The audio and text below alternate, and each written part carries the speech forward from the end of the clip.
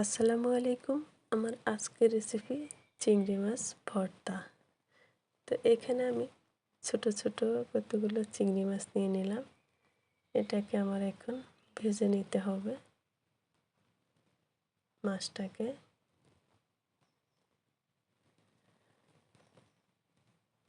আপনারা চাইলে বড় চিংড়ি মাছও নিতে পারেন, তো আমি ছোট চিংড়ি মাছই নিয়ে নিলাম। তো এখন এই মাছটাকে আমার এখন বেটে নিতে হবে। এখানে আমি শুকনো মরিচ আর কাঁচামরিচ দুটো একসাথে ভেজে নিয়েছি। নিয়ে এখন এটাকে আমার শিলপাটায় বেটে নিতে হবে মাছ এবং মরিচ। তো বেটে নেওয়া হয়ে গেছে।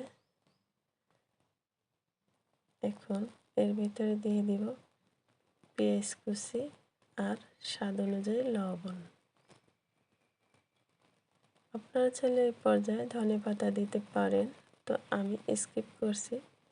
ধনেপাতা আমার কাছে ছিল না তাই দেইনি, আপনারা দিয়ে নিতে পারেন। তো বেটে নেওয়া হয়ে গেছে। এখন পেঁয়াজের সাথে মাছগুলো ভালো করে মিশিয়ে নিব। দেখলেন তো, সিম্পলভাবে তৈরি করে নিলাম চিংড়ি মাছের ভর্তা। তো এখন তুলে নিব, আপনাদের সঙ্গে একটু পরিবেশন করে দেখাই কেমন লাগলো কমেন্টে জানাবেন। আজ এই পর্যন্ত। সবাই অনেক ভালো থাকবেন, সুস্থ থাকবেন, নিরাপদে থাকবেন। আল্লাহ হাফেজ।